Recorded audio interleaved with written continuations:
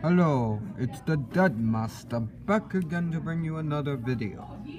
This time we're doing another 3 scary true stories that I get off the internet.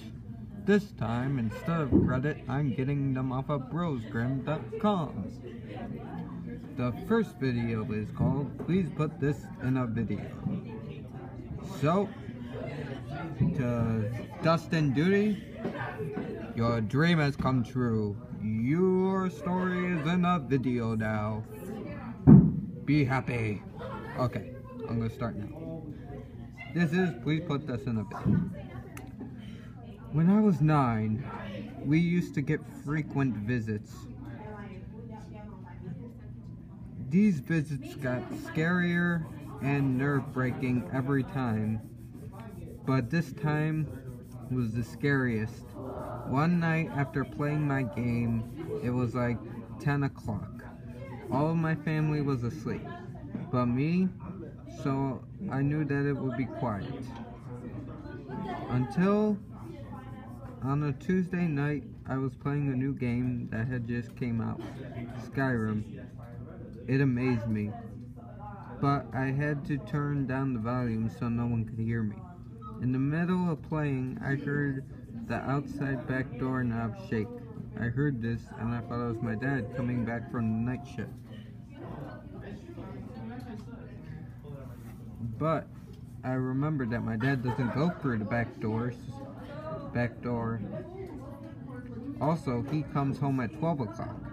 So just as I thought that, the back door to my house opens and I could hear this person break through. I quickly ran to my mom's room, and as I ran, I saw down the stairs a shadowy figure run up the stairs. He lunged and grabbed my leg. I was holding on to the door, and when the person saw that my mom was in the room, he thought that she would call the police, so immediately he let me go, ran out the back door, and ran back into the woods. I woke up my mom, told her what I just saw. She immediately got up, asked me where he went, phoned the police.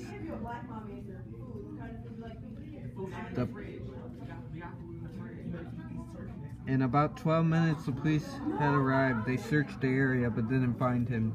To this day, I shiver, still thinking he could be out there.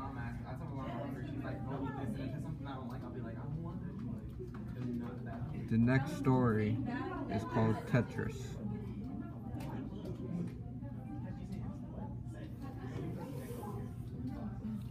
I work for a furniture, do-it-yourself clothing, house gardening, and hardware store in my hometown in Eccles. I was sent there from the job center as unemployment is high where I live. And the place where I work is one of the biggest companies present in my town. The hours are okay, and the customers are really nice. I will be honest though, that there are times where I don't feel like working there, and I just want to give up, but I carry on, and my co-workers are also very nice. I started off as a volunteer for a month, and I remember how my feet started to hurt by moving lots of pallets and constantly being on your feet.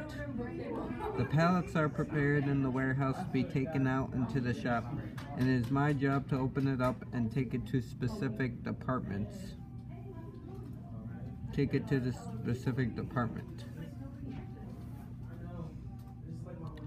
Each department is separated from homewards on one section to do-it-yourself in another section, so it is easy to find. The type of clothing we sell are for mountain climbing or winter gear, and they also sell cushions and beds. So the range basically sells things for important serious things, not just for fashion or art. And I managed to learn quickly how to open up the pallets and see which section they go to. And they give us a working knife to open up the pallets. I don't do much customer service, except for the rare occasion when a customer doesn't know where a certain object is or doesn't know the price. It was very busy and stressful my first month at the range. It was nearing to Christmas, so we had lots of pallets, and the store needed to be decorated in Christmas decorations. Lots of people also buying presents for loved ones, and I always had something to do. The managers changed from one person to another, and it was a rushing experience, but I was happy at work that I did for the range at the end of it. The first manager called Mary, who introduced me to the team and showed me where everything goes, as well as encouraging me that I'm going to be fine here. She showed me a few papers to sign, and I was showed around the place from the fire exits to the resting rooms, where the workers rested on their breaks. The signing in the booklet as well, which you had to sign in every day so they knew you were present. Mary was a very nice person. Actually, everyone was a nice person, which kind of blew me away, as I have heard stories of horrible co-workers and horrible managers, and I was imagining something similar. Don't get me wrong, they argue at times, but in a family kind of way, if you know what I mean, and all is forgotten and forgiven later on.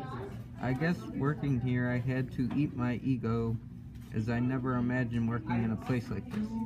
I had imagined I would be a millionaire by now, driving a fast car, but I failed on so many of my dreams. But I learned the hard way that you don't always get what you want.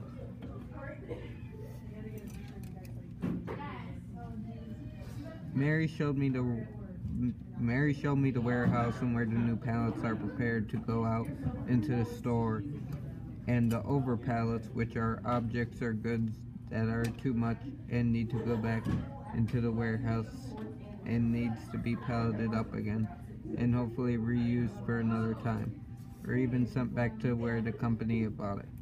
Mary then called over a male manager called Dave, who had showed me how to move the pallets using a roller, which you roll under the pallet and pump it up so it's raised above the ground and you can move it about, and I got the hang of it pretty quickly.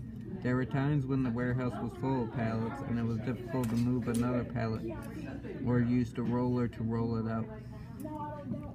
Mary gave me some advice, and I came to know that Mary was loved by all the workers, and the advice she gave was this: be careful, Sean. Try not to become too attached to your fellow co-workers. I mean, respect them and be nice to them, but be ready for constant newcomers every 6 months to a year or so, Mary told me. Yeah, okay, of course, I replied, feeling weird inside. The male manager, Dave, showed me how to use my knife to open up the pallet and boxes, and Mary then showed me where everything is in each section, and it is a large store. Last year, in the first 3 months, the range made a profit of £3 million, so you can imagine how popular it is.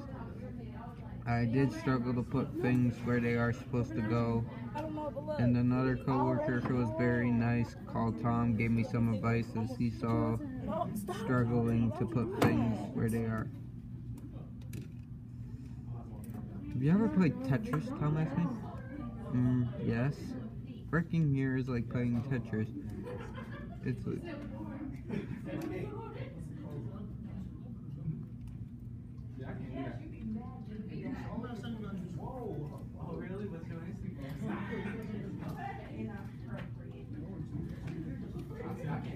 Working here is like playing Tetris. It's just trying to make things fit in the neatest, most organized way possible. In this section, which is the homeware section, fit those plates next to those other plates, and just move those cups out of the way, and you will have some space, Tom told me. He was great. To work here was like Tetris in a sense. And in each section with the pallets that you have, you need to make your own space in the neatest and presentable way as much as possible. Oh yeah, you would all you would always need to make sure which pallet is made for. Some pallets are for the homeware section and other pallets for another section. So you always have to make sure which pallet is made for what section. But you always get that information from the warehouse crew. I did start to enjoy pallet work once I started having a Tetris sort of mindset, and I was constantly pricing and taking prices off and putting on new ones. The cushions had to be tagged and everything else you had to put a barcode sticker on it, which had a date to tell other workers when it had received a sticker. So I was definitely busy.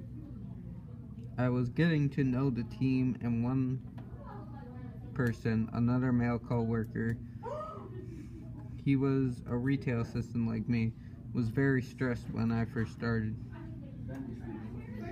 He was always working on the textile section, which dealt with materials and curtains and bed duvets and those sort of things. His section, from my point of view, was overstacked, but he was stacking and finding spaces for it. This place was definitely like Tetris.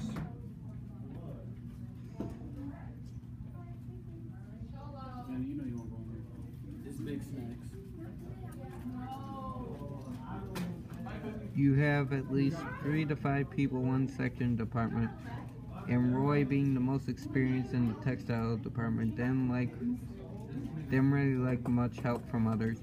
All the cushions were squashed to fit together, and the bed duvets and curtains squashed together to fit together. This guy was taking the Tetris mentality like literally.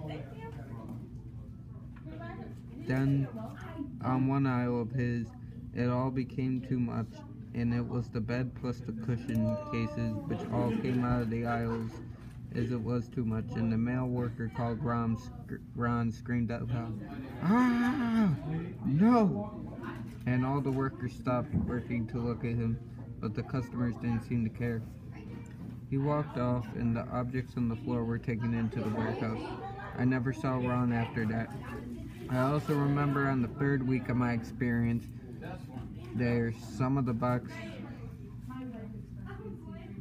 I had opened on do-it-yourself section had writing inside the boxes, and even on the objects. It had said that was so weird.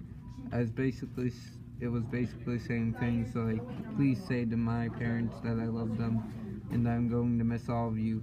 And on the objects, it had writing on it, and it had said things like, "What is the purpose of life? And one day we will all die." That day we had 5 customers who had complained to us that the objects that we delivered to them from us had very similar weird writing, and it was so strange. And we tried to say sorry, but we refunded them anyways. I have no idea who could have written such a thing on the boxes as well as on the objects that need to be sold. I assumed maybe it was the warehouse guys, but they only prepared already made boxes into the pallets. And maybe it was the countries that were made from, like China or Bangladesh, and the workers and the manufacturers.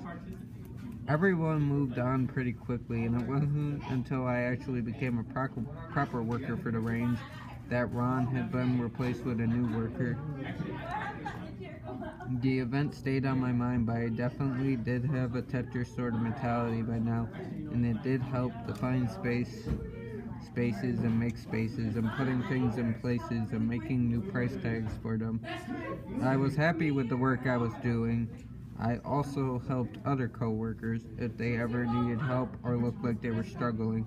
A female co-worker called Cheryl looked like she was struggling on the Christmas section at the time, and I just decided to help, and she didn't seem to mind. I swear to God though, when I looked at the shelves, the Christmas stock all stuck together, but logical thinking and sound mind looked at the shelves and clearly seeing the amount of objects should not be able to fit in such a shelf. I mean, things should have been falling out. There were so many things, and how the objects were just there not falling out was beyond me.